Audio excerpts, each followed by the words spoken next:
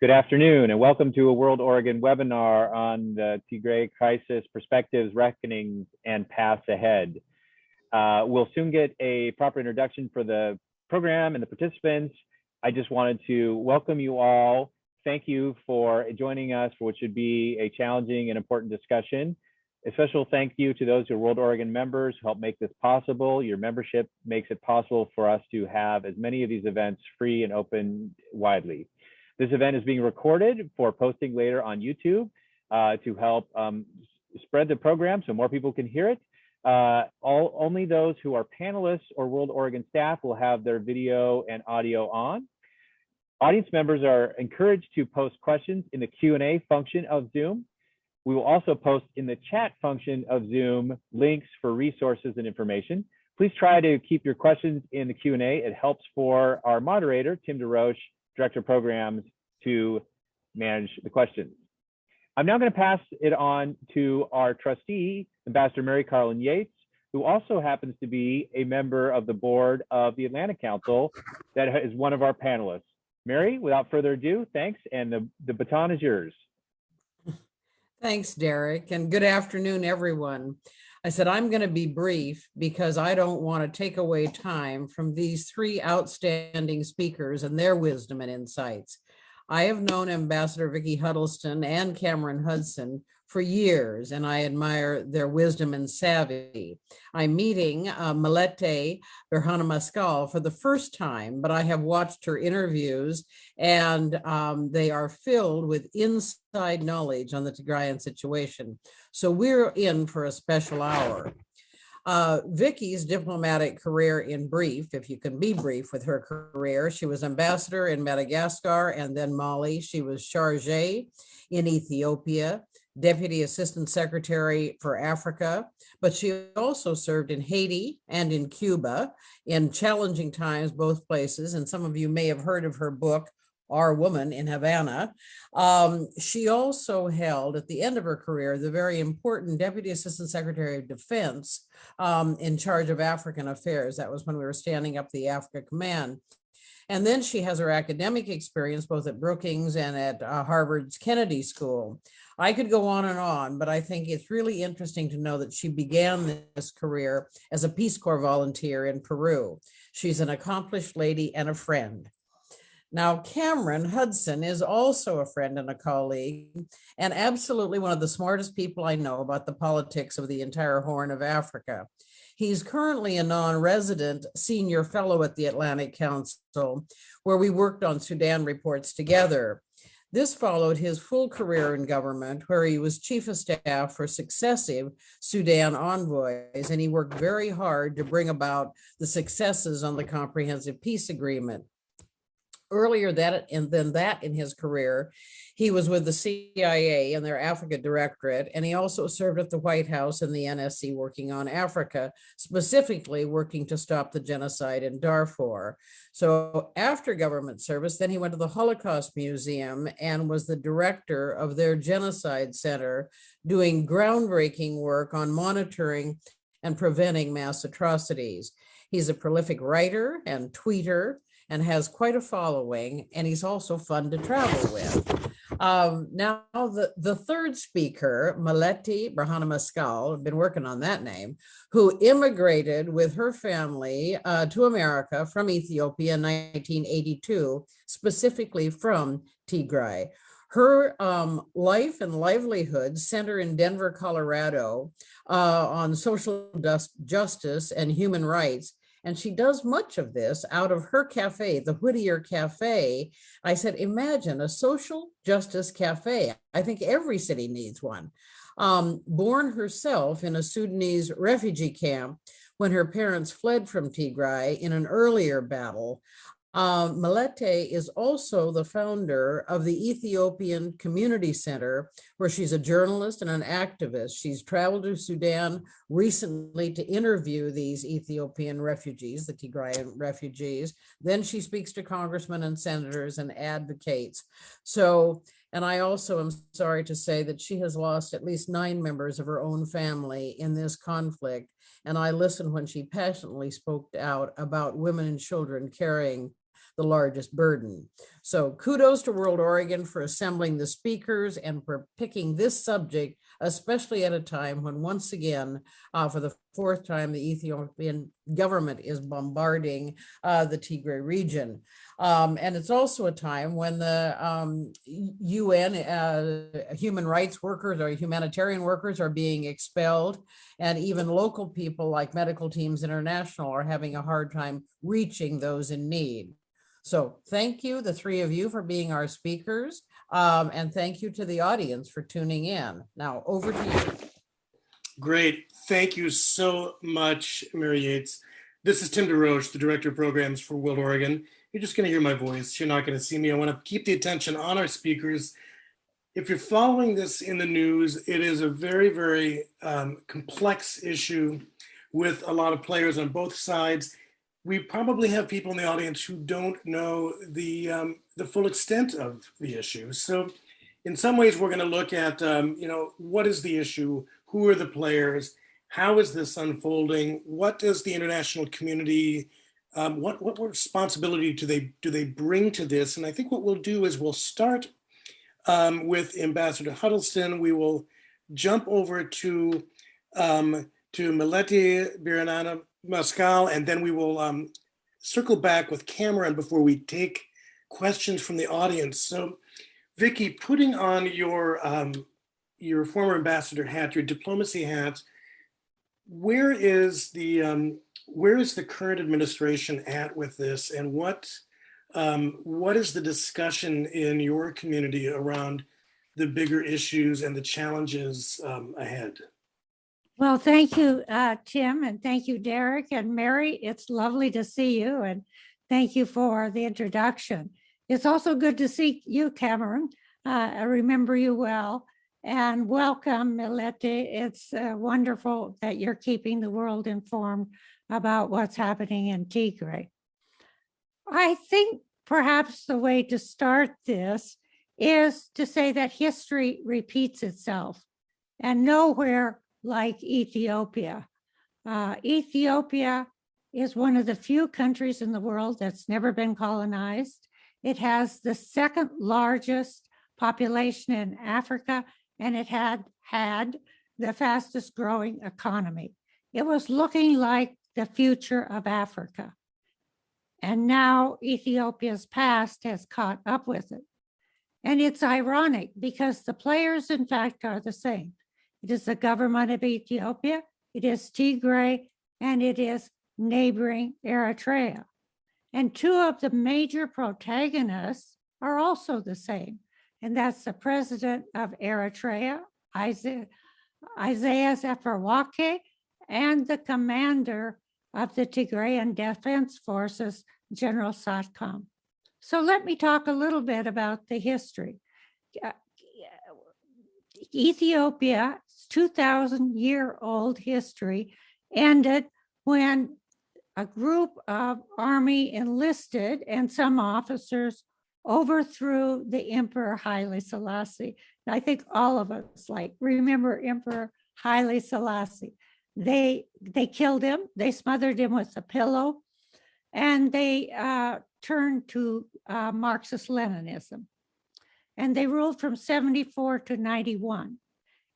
And guess who overthrew them after a 17-year battle? First of all, Isaias, who was fighting for the independence of Eritrea from Ethiopia because it had been part of Ethiopia, and General Satcom, who was leading the Tigrayans. And the Tigrayans had united with other ethnic groups in Ethiopia to try to overthrow the Derg. But the Tigrayans were the leader of this, and the commanding general was General Satcom. So you could see that this history could very much repeat itself. In any case, the United States then enters as the forces of Isaias and General Satcom, and at that time, it was Meles Afwerki, who became the prime minister of Ethiopia, were posed outside the capital, Addis Ababa. And the United States negotiations were successful, and they entered Mengistu, the head of the junta, left, and they took power. The EPRDF was in power then until, essentially even 2020, because Abdi Ahmed was in fact from the EPRDF. But another interesting parallel here is the fact that we might once again see forces from Tigray posed outside Addis Ababa. Now, one other little issue of history to put this in context. After Isaias and Meles and Satcom had fought together, there was a break, and Eritrea and Ethiopia went to war. Isaias as the president of Eritrea and Meles as the president of Ethiopia. So that's where the bad blood between Eritrea and Ethiopia come from. So now let's jump to the future. Abdi Ahmed became prime minister of Ethiopia in 2018 because there were violent protests in Oromo, which is the most populous area of Ethiopia. He is an Oromo. He was a member of the EPRDF. When he came to power, everyone, to include myself, was hopeful, put a lot of women in power, including the president of Ethiopia. He formally ended the dispute with Eritrea. There was no actual fighting going on, but he ended the dispute and won the Nobel Prize. But then what he did was to say, I'm going to junk the federated system of states based on the largest ethnic group. And instead, I'm going to have a unitary Ethiopia through the Prosperity Party with me, Abdi, as the head. The Tigrayans, who are the base of the EPRDF, the ruling party, said, not on our watch, and they went off to their sort of homeland in Tigray, and tensions mounted. And the Tigrayans made a preemptive strike against a military depot in Tigray. Abdi responded with force, invading Tigray, along with Isaias from Eritrea, because Isaias had a few scores he wanted to settle. Well, at first, the Ethiopians and the Eritreans, the Ethiopian government and the Eritreans, won completely. They bombed the capital, Mekelle. Many people died. Many people found themselves in Sudan, having run away. But then, remember General Satcom? Well, General Satcom not only had thrown out the Derg, he had also won the war between Eritrea and Ethiopia. So he returns, he leads the Tigrayan army, and they defeat and push out of Mekelle the Ethiopian army, and to some degree, the Eritrean army. But those two armies still, as you'll hear from Melete, control access into Tigray. So the issue then becomes, from the State Department point of view, as Tim mentioned, okay, let's get some peace negotiations underway. And we have an excellent envoy, Jeffrey Feldman, Ambassador Feldman, who was a Middle East expert, but he also knows North Africa extremely well. He's just a really competent person. Let's get some mediation here. But the problem is, Abdi was up for, his party was up for re-election. He's the prime minister, so he's appointed by his party. And he said, no, I want elections first. I want to become the prime minister first, consolidate my power.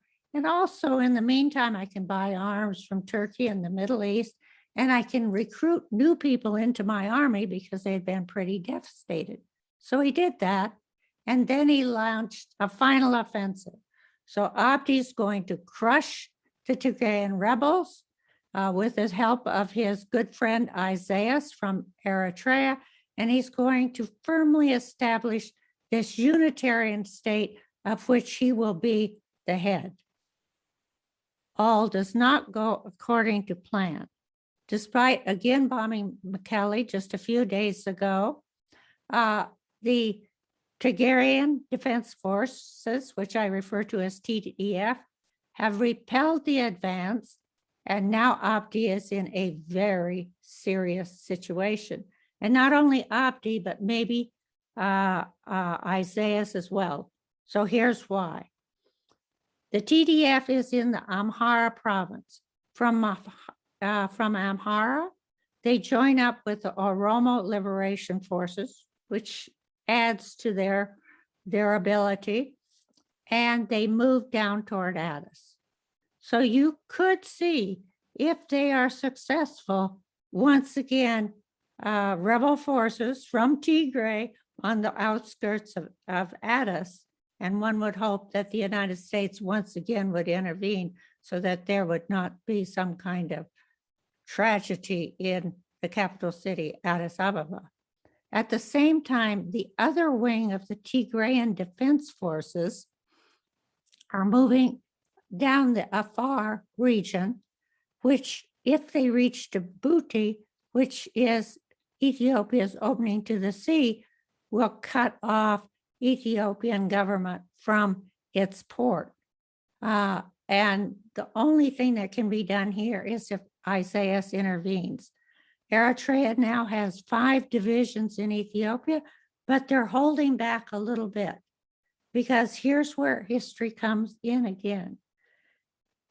General Satkham was fired as the general who won the Eritrean-Ethiopian War because he wanted to go to Asmara, the capital of Eritrea. And so he lost his job. This time, one wonders, will General Satkham once again say, I want to go to Asmara? Enough already with Isaiah's intervention in Ethiopia. So the situation is extremely grave. I would say now ripe for negotiations, because the government of Ethiopia's hopes for quickly winning the war with new weaponry and new recruits has not come about at all. And Abdi may be faced with either negotiating a peaceful settlement or fleeing for his life. And I'll take 1 minute now, because I know my fellow panelists are going to do this very, very well, to say it's obviously a humanitarian crisis of great dimension, mostly in Tigray, but also in Afar and in Amhara, where the Tigrayan Defense Forces have been fighting. And many of those young people they're fighting are new recruits that the government took off the farms. So it's really an amazing slaughter is probably the only word for untrained, fresh troops who are facing these really experienced Tigrayan combatants. The other thing is the consequences for Ethiopia, and I know that Cameron will talk about this in great length, but one of the really interesting issues is Ethiopia has always been kind of the peacekeeper in Somalia and Sudan, because it has a very excellent military. Well, now that all the Tigrayans moved out of the military and joined forces with the Tigrayan Defense Force, the Ethiopian military looks like a ragtag band. And that raises the question, how does it provide defense for Ethiopia? And Ethiopia is in a difficult situation already with the Grand Renaissance Dam, which Egypt is very concerned about and would be very happy to undermine the government so as to get its way with assuring access to water at the Grand Renaissance Dam blocks.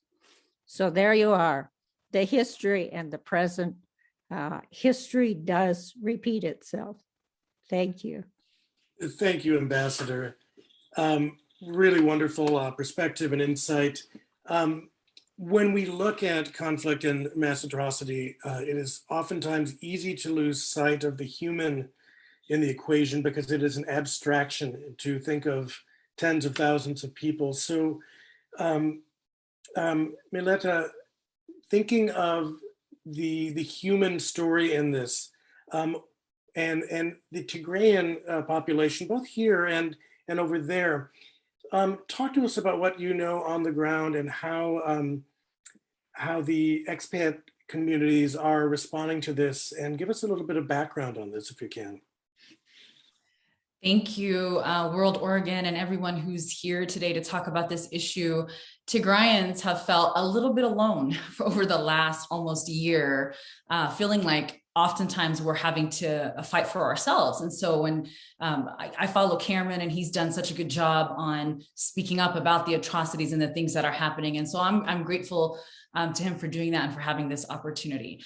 As a Tigrayan, I'm going to try and humanize this for you, because I've never first identified myself as a Tigrayan. I always consider myself an Ethiopian, always. That's how I was raised, in spite of history, in spite of King Haile Selassie bombing Tigray with the help of the British, in spite of the Derg and Mengistu Haile Mariam bombing Tigray, in spite of having been born in Sudan, because my family was run out of Tigray for the very same reasons and the same things that are happening right now.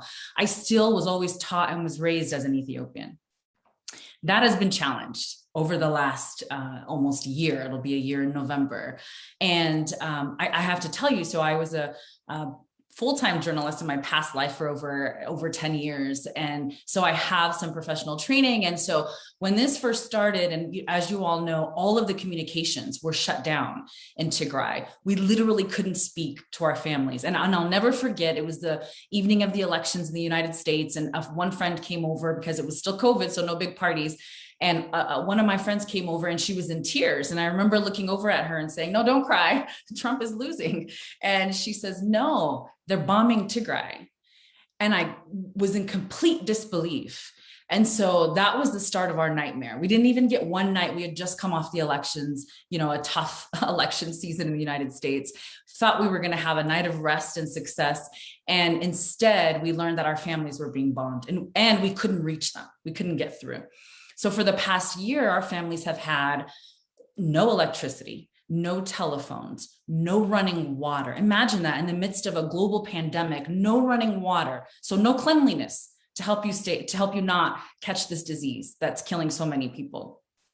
The reports that have come out slowly about what's happening to our families have included everything from burning farmlands, looting, pillaging, destroying factories. Kids haven't been in school. I mean, imagine that. Imagine kids who lived a really normal life and suddenly no school, no TV, no phones, no friends, bombing, being attacked, having to hide. Imagine that. So I, in my disbelief, because initially it was, how could Ethiopia do this to us? We're Ethiopians. There's no way that the state of Ethiopia is terrorizing our families like this. I accepted an opportunity with Tigray Media House and went to Sudan. This was in January. And so I went to Sudan, where thousands, at this point, they were 50 to 60,000 Tigrayan refugees, because shortly after refugees began pouring into Sudan, the borders were blocked, so no one could go. So not only are they being terrorized, but they can't escape. But there were at least 50 to 60,000 when I went. And these camps were, it's squalor. It's not good living, but it's something. And it's Sudan who constantly opens her arms and embraces our families. So I go to Sudan and I'm interviewing people, trying to understand what's happening. And much of what we know now, I was hearing then, but I was still in disbelief. I was being told, women and girls are being raped. People are being gang raped. Eritrean soldiers are holding women hostage. And I'm listening to these people pour their hearts out and tell us what's happening. And a part of me is going, is that really happening? It was really hard to believe. Obviously, all of those stories and more, even more gruesome stories, have been proven to be true at this point. I'll never forget what a farmer said to me. A farmer from my cadre, by the way, that awful massacre that was politicized And honestly, that we still don't have the truth in terms of what happened there. But there was a farmer from my cadre who lost two of who he considered his sons, people who worked on his farm. They were killed by Eritreans. And he said, listen, war is not new to us. You know, we've had several regime changes, you know, and different people who have led, and us as farmers and caretakers of our land. The only thing that really changed for us was that we pay taxes to a new government, to a new entity.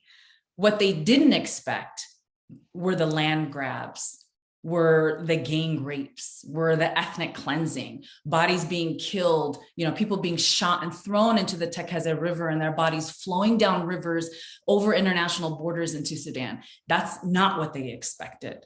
And so it's been really tragic and really devastating. I personally have lost, that I know of, 9 family members. And those are just people in the cities. You know, Tigrayans are predominantly farmers.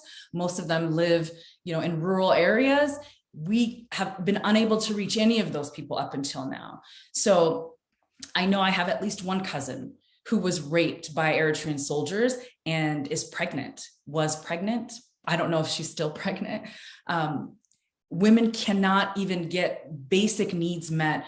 And unfortunately, for a very religious and spiritual people, one of those needs has been abortion. Women who don't want to carry their rapist babies. So that's tragic on so many different levels, from a spiritual perspective for so many women and girls, from, you know, even just a practical perspective. There's no medicine. The hospitals have been looted. There's no electricity. How are you going to do these, you know, surgeries that you might need to do? For the babies that will actually be born as a result of this, wanted or unwanted babies. It's tragic on just so many levels. And yeah, we keep hearing it's a humanitarian crisis. It's not, it's a genocide. What's happening to the people in Tigray is a genocide. It's not the first time, and we've got to do something about it.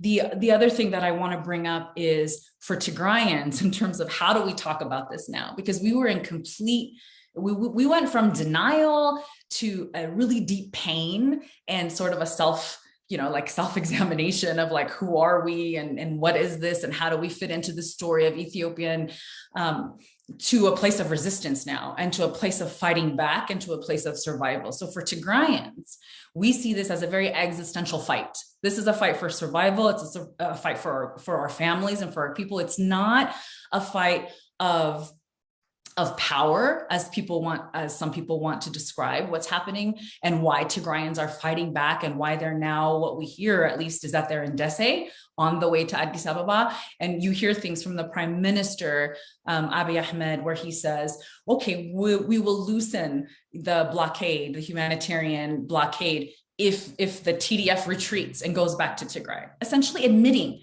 that the blockade is intentional. So, you know, for Tigrayans, it's do or die at this point. And those are the kinds of conversations that we're currently having.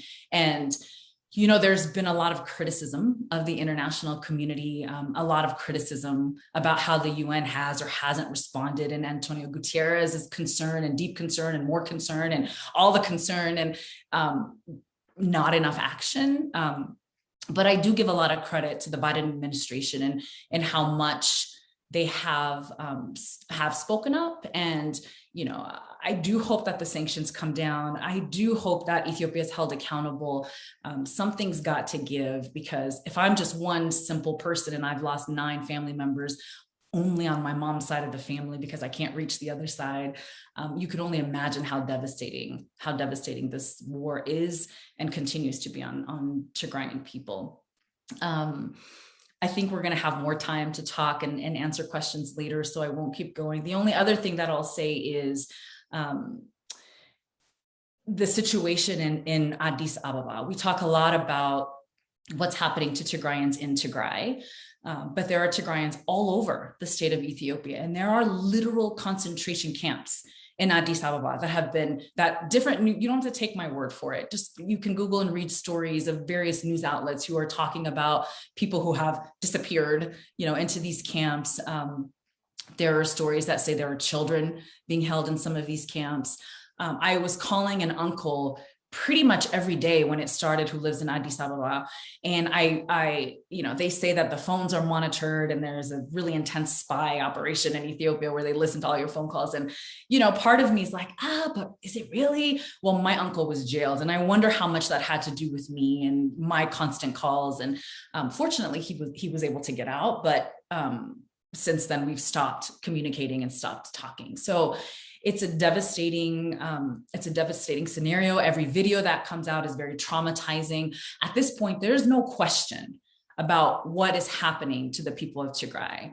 The question now is how do we stop this? And it seems that Tigrayans are having to physically fight. And obviously here diplomatically, we're doing all that we can with protests and talking to senators and representatives and, trying to break the siege on the people of Tigray. And so that I hope that humanizes it a little bit for you. I'll tell you, I have a grandmother who I can't reach, who I hear now is in Mekelle with one of my aunts, which is better than being in Rama. Rama is a border town with Eritrea. I hear she's in Mekelle, but her home was hit with a bomb during the Derg in the 70s and 80s. And she has incredible PTSD when she hears loud noises. And so for the last 4 days, there have been, I think, 5 bombardments on Mekelle, and I hear also in Tembien. And so I wonder, did she survive that? Did she have a heart attack? I mean, what happened to her? And I'm just one person, and I'm giving you my very personal stories just to humanize it for you. But there are lots of people like me who are here and can't reach our families. So thank you for the platform. I'm sure we'll have time for more questions later, and I look forward to hearing from Cameron. Thank you so much. Very, very powerful perspective, and so appreciate you here sharing that with us. Cameron, let us turn over to you now, and let's look at some of the bigger challenges. You've been an observer and a worker in that region for a long time, both in Sudan and looking at the Horn of Africa. So what are we to do? Well, thanks for that very small and easy question to answer. First, I just want to say that it's great to be amongst all of you who really care about these issues, and grateful to be back with my old friends, Ambassador Huddleston and Ambassador Yates. Vicky, you're absolutely right. This is history repeating itself, and for those of us who've been doing this, it's definitely deja vu. And Melete, thank you for your work on this and your testimony. I think it's critical to have these stories humanized, because when we talk about millions displaced, hundreds of thousands, experiencing famine, tens of thousands of victims of sexual violence, it's almost too much. It's incomprehensible to kind of wrap your head, around those numbers. And I don't often quote Stalin, but he had one particularly fitting quote, which is, 1 million deaths is a statistic, and 1 death is a tragedy. And I think that it's so hard to wrap your head around these big numbers. So thank you for unpacking that. I want to just sort of capture a little bit what our 2 speakers have already said, and maybe draw some connections between them, because and answer the question about what can we do, because I think you've seen from the U.S. response that it's really difficult to end a conflict and to get 2 sides to back down, who, as Melete said, really view the threat here as existential. I think it's not just, it's obviously existential for the Tigrayans because they are largely on the receiving end of the violence. But for Prime Minister Abiy, he is viewing this as a politically existential threat. He has a vision for what he wants Ethiopia to become. And ironically, he was given a Nobel Peace Prize as a sort of a down payment on that vision, right? So he feels very much bolstered by the international community and empowered by that international community, even though I think that light has been dimming, if not, fully extinguished at this point. He does feel the weight of that prize in pushing forward this vision. And in his view, the Tigrayans represent an obstacle on that path. And so he does feel threatened, politically, in an existential way. He doesn't feel like he can continue to run the country and that the country can achieve what he wants it to achieve as long as the Tigrayans essentially are a political entity that can rival his power and authority. And they're clearly demonstrating that they can still do that.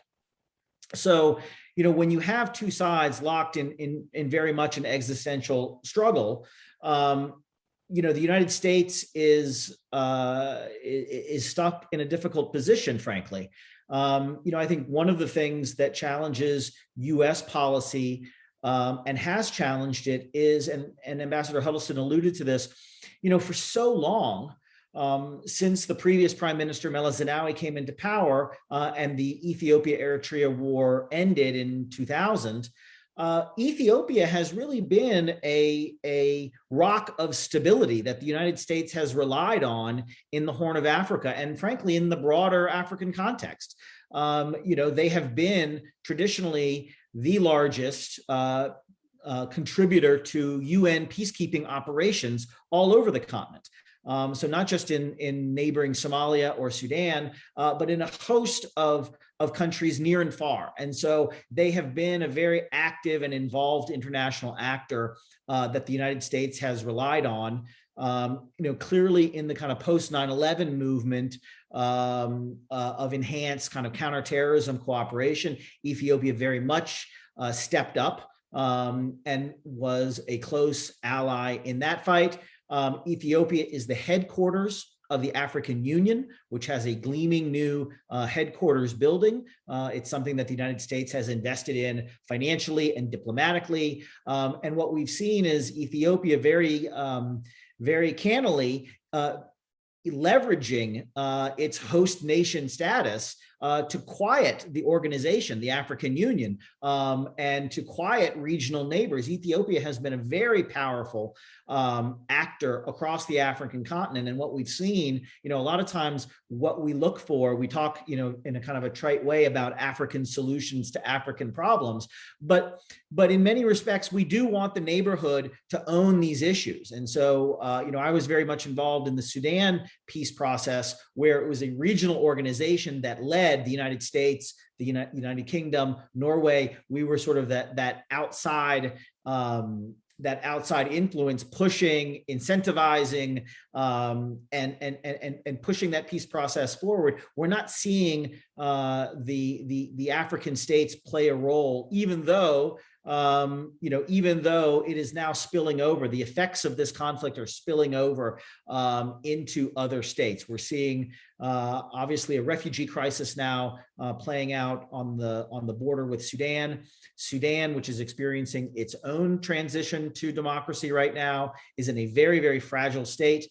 It's a country where the United States has invested enormous amounts diplomatically and more recently financially to try to prove that you can transition an Arab state from autocracy to democracy. We don't have many examples from the Arab Spring of really successful transitions happening. And so the United States really has, I think, planted a flag in Sudan to try to say we can do it here.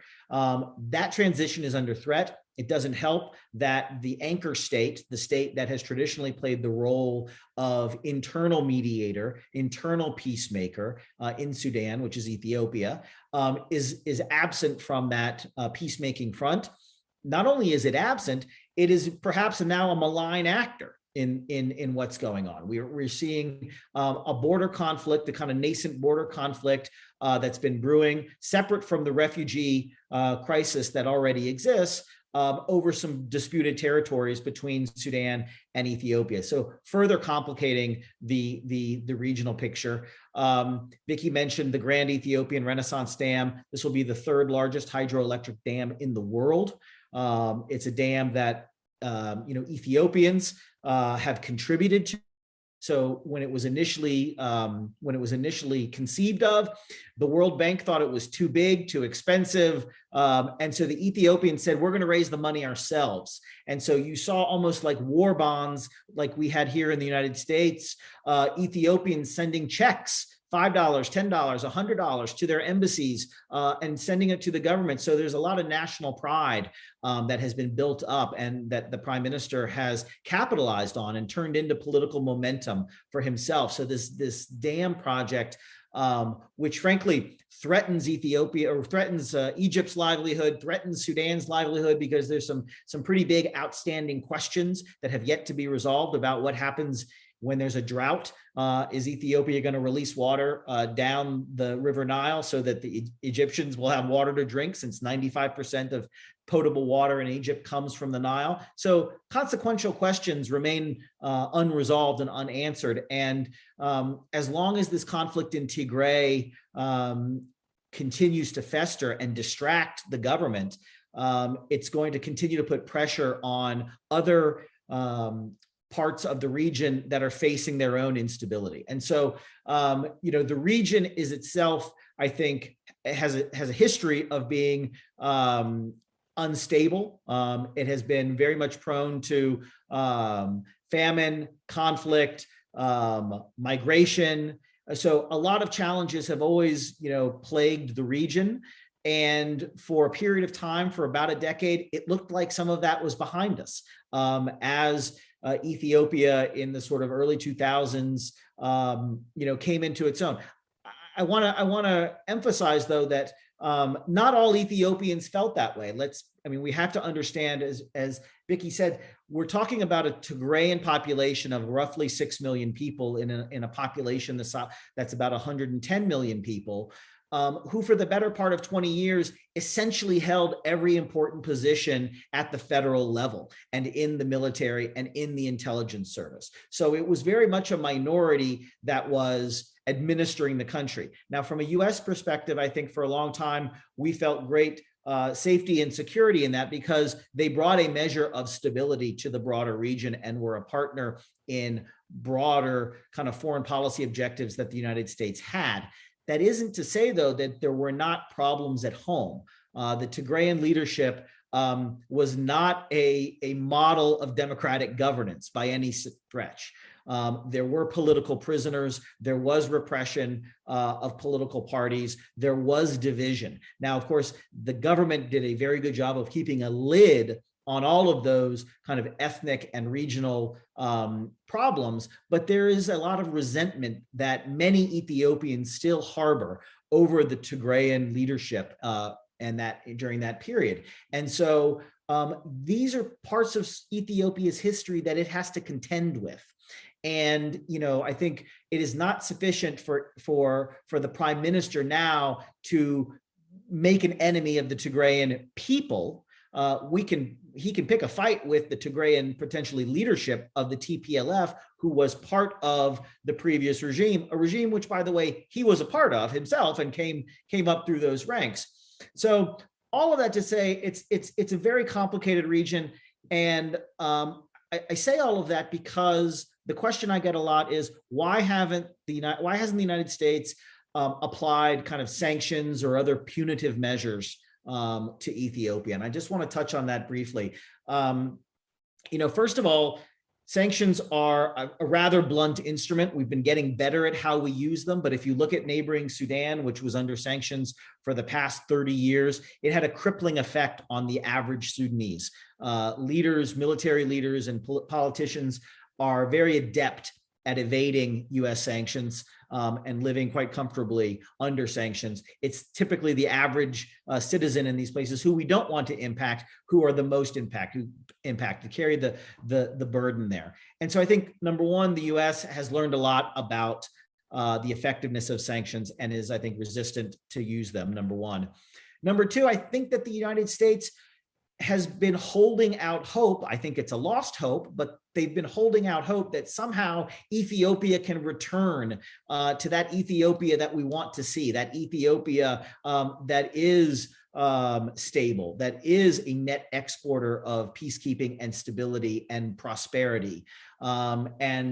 And I don't think that we're going to get there, but I think that Washington has thought that once we impose that sanction punishment, that's essentially us crossing the Rubicon, and it's going to be very difficult to get back to a place of trust. And it's an acknowledgement that that this regime that the prime minister is on top of right now is not going to come back into the fold anytime soon. And I think that we've been slow to recognize that. Part of it is this halo effect of the Nobel Prize. I actually equate it to the situation in Myanmar and the situation with Aung San Suu Kyi, who won a Nobel Prize and has had this halo effect around her. And then you have this genocide of the Rohingya in Burma, and we've still not imposed great consequences on that either. And I think it's a hope that we can redeem these individuals. And I think the jury is out on that, but I think that's an explanation as to why you haven't seen more punitive measures taken. Although I think that those punitive measures now are likely imminent, from what I understand, based upon the recent fighting, the use of fighter jets bombing civilian targets. I mean, the tactics that are being employed right now, I think, warrant and demand a greater U.S. response and greater international response. Quite frankly, I think we've tried and really maybe even exhausted the diplomatic efforts that we can muster right now. And so it is a very tense period. I think that Washington has been slow, very vocal, but slow in matching the rhetoric with reality and trying to change the reality on the ground.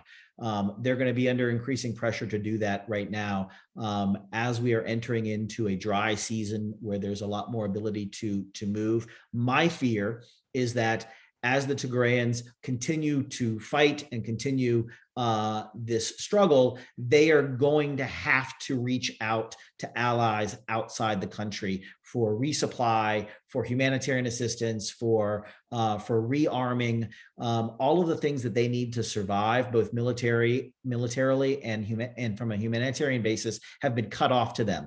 And so at some point, they are going to find support across the border in Sudan or somewhere else. And that's going to draw in other regional states militarily and politically into this conflict. And once that happens, I am very fearful that we will be, you'll see this kind of regional conflagration that we haven't seen yet. It's on the horizon, and we have to do everything we can to try to prevent that. So that is, I think, the next great fear that is out there. And that's why I think we're seeing as much diplomacy and as much talk of kind of punitive measures as we are right now. So I want to stop there because I realize we've gone on for quite some time, and let whoever's moderating this moderate it. Thank you. Great. Thanks, Cameron. This is Tim DeRoche, the Director of Programs here at WorldOregon. We've got so many good questions. We don't have a lot of time, so I want to kind of dive in a little bit. You brought up the question of sanctions, and sanctions sort of hurting your everyday people. But I'm wondering, so Abe has blocked most humanitarian aid. He even just declared that wheat aid was the problem, that barring it would solve 70% of their problems. But meanwhile, we're seeing, famine, we're seeing hunger. So are there other kinds of sanctions, economic or military or otherwise? And how does the international community challenge this? Yes. So I have been advocating, number one, for an arms embargo. I don't know why on earth we don't have an arms embargo in place against Ethiopia.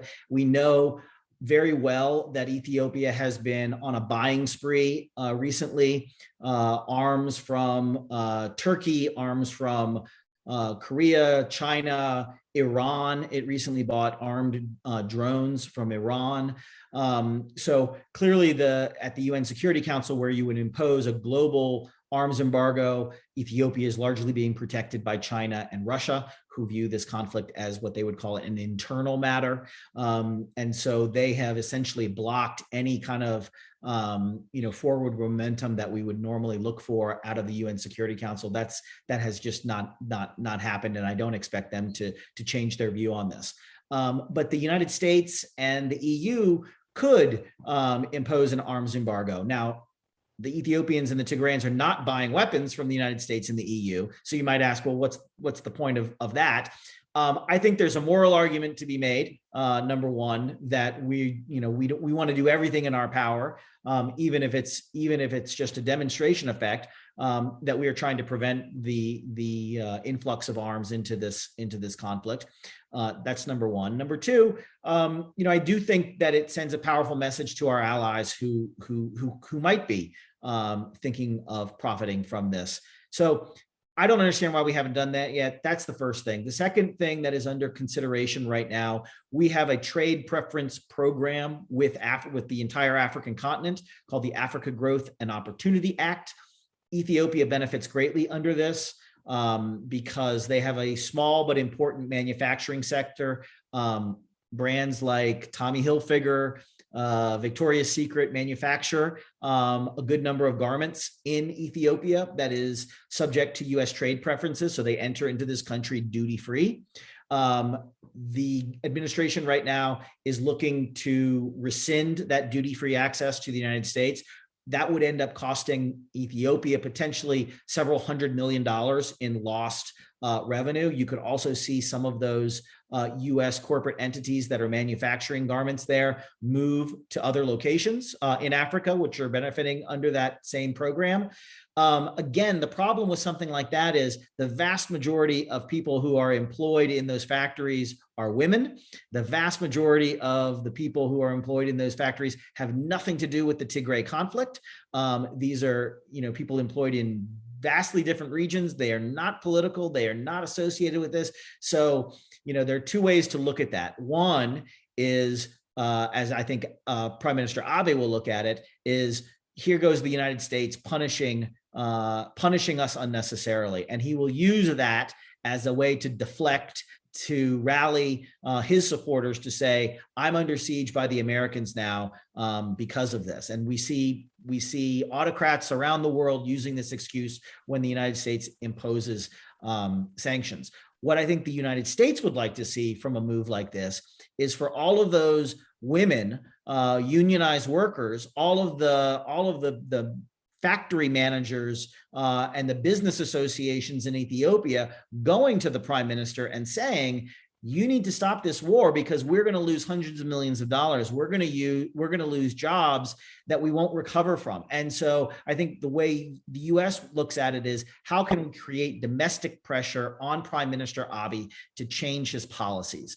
Unfortunately, those are not, there's no sort of automatic response when we impose the sanctions. That's what we'd like to see happen. Very often, though, I think leaders hunker down and try to deflect responsibility for why those sanctions were imposed in the first place. But I think those are the two things at the moment. We've already suspended all of our development assistance. We've already suspended our military assistance, our counterterrorism assistance, all of the programs, hundreds of millions of dollars in programs that we would typically be giving. The only thing that is still going in right now is a very sizable humanitarian contribution, which is still going to the people of Ethiopia. But everything else, frankly, that benefits the U.S. national security interest has been cut off at this point. Thanks. Yeah, go ahead, Ambassador. Thank you, because I don't completely agree with Cameron on this.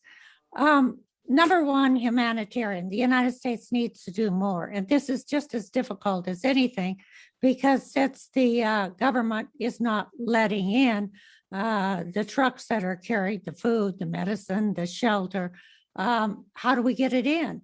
And we're now trying a ploy in which we're doing it with the Europeans. We're saying this is going to Tigray. and to Afar and to the Amhara region, all of which are suffering, some because of the Tigrayans, most because of the government, because Tigray is suffering the most. But I think we have to do more on that front, even if we have to threaten Abdi, even if we have to do airdrops, even if we have to have armed convoys. We can't have another genocide in Africa, and that's what Tigray is looking like. On the other hand, I'm not so sure about AGOA, that's the trade preferences, for the reasons Cameron stated, the women who are working there. Sanctions always hurt the people and seldom hurt the leaders, and I don't see the women rising up and saying no to Abdi. They just voted for him, maybe in semi-rigged elections, but still he remains quite popular, if for no other reason that the Tigrayans aren't popular in the rest of Ethiopia. And the arms embargo, they never work. So I would say for symbolic reasons, yes, but probably they would not be effective. So, can I add to that? Yeah, absolutely. So AGOA has been something that as Tigrayans, we are advocating that Ethiopia is removed. And for simple reasons. First of all, you can't commit human rights abuses. It's literally one of the stipulations or requirements, of being a part of that is that you cannot be committing human rights abuses. But the other thing is the government of Ethiopia bombed, with the help of Eritreans and all of that, destroyed and bombed the factories in Tigray where women were also employed. So what about those 2 million women who are no longer employed? Why is it that there's a bigger number or a majority here that we don't want to impact, but this is just a minority, just a couple million Tigrayan women, so it's not as significant? I think that's the problem. This conversation keeps being framed in terms of just 6 million people versus 110 million people. I think it's an unfair way to talk about this. And so I want to point that out. The other thing that I want to say is this conflict is already a regional war. Eritrea has been involved from day one. And so the conversation that we keep hearing over and over that frustrates our community is, well, we don't want a regional war. So what do you call Isaias Afwerki and the Eritreans who have been in Tigray, raping, pillaging, looting, and destroying the Tigrayan economy? We're already there. And then finally, sanctions are important, but what genocide has ever been stopped diplomatically? You have a genocide because they're not diplomatic. They can't sit at a table and work out their problems. So from a Tigrayan perspective, we don't see how this will ever end if it's not with force. That's the only language that the people in Addis Ababa understand. And that's why Tigrayans, teachers, nurses, doctors, actors have all abandoned their work and abandoned their lives to go and fight and die, potentially, in order to break this siege. So I just want to accurately reflect what Tigrayans are dealing with. So we're coming up on time, so I want to keep things kind of brief, but this brings up a really important thing, which is that conflicts may happen in one place in the world, but they have an effect in other places. So Meleti, I'm curious, how is this current crisis challenging or creating divisions within the expatriate Ethiopian Eritrean communities here at home? That's a really good question, because there's this story that's being told that all of a sudden the communities are divided, and all of a sudden people are going to different churches, and all of a sudden, people are going to different restaurants and not intermingling or whatever. That has always been an issue. There has always been ethnic tension in Ethiopia. It didn't start with EPRDF. It didn't, as a matter of fact, ethnic federalism was an answer to that, or at least it was supposed to be an answer to that issue. So Ethiopians were and continue to be a divided community. And so I want to also correct earlier, the storyline about Ethiopia having never been colonized. Talk to an Oromo. Ask an Oromo if Ethiopia has never been colonized. That community was violently colonized and brought into Ethiopia. So, there's a story that we've all been telling that's not accurate about this great nation that's, it's a beautiful country, don't get me wrong. And for a long time, I've been very proud of that. But we're at a place now where you have deacons and priests who are promoting war, who are advocating for more blood, not for peace, who are blessing soldiers. And when I say soldiers, they're not even soldiers, they're people with machetes, and encouraging them to go out and fight, anyone of fighting age. Ethiopia, it has become the devil's playground. And so it's a reality that we just have to deal with and figure out an answer and response to. But our communities have always been divided. There has never been any reconciliation that has happened because of past abuses, and including under APRDF. And yes, the TPLF played an outsized role because they played an outsized role in defeating the Derg, but there were many people who were part of that coalition and who contributed to the abuses that took place during their reign. So it's not new for us. It may be new to the rest of the world, but for us, it's not. That division has always been there. Great. So I've got one more question for kind of all of three of you to address. There's been a grave disparity between Ethiopian state media and how they're reporting on the ground, especially around famine and atrocities. So with loss of electricity and access, how are Tigrayans going to be able to continue to tell their story to the world? And are there still NGOs working there? And I would love from all three of you, what can we do? Those of us here today, how can we engage and support on this issue in a productive way that continues the conversation going?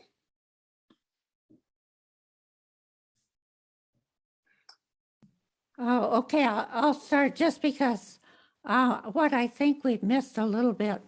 One of the major things we really need to do, in addition to making sure that humanitarian aid reaches those in Tigray, and as a result, we don't have a genocide, because there are millions of people now close to starvation.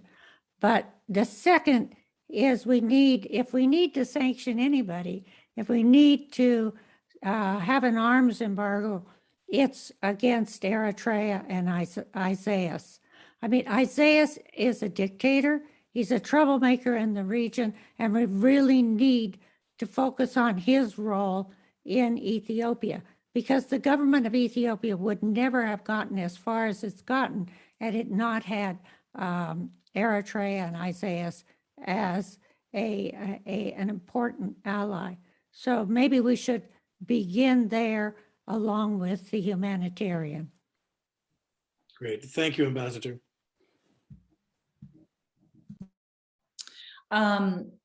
So the media has always been state-run. There's always been sort of a control of messaging in Ethiopia. Obviously, it's even worse now. Local journalists have been killed. International journalists have been exiled, and sometimes allowed in. And so the stories coming out aren't accurate. There's no, obviously, internet or any ability for the Tigrayans to get their stories out, except that there is some satellite technology, and so they are able to. Information is seeping out now.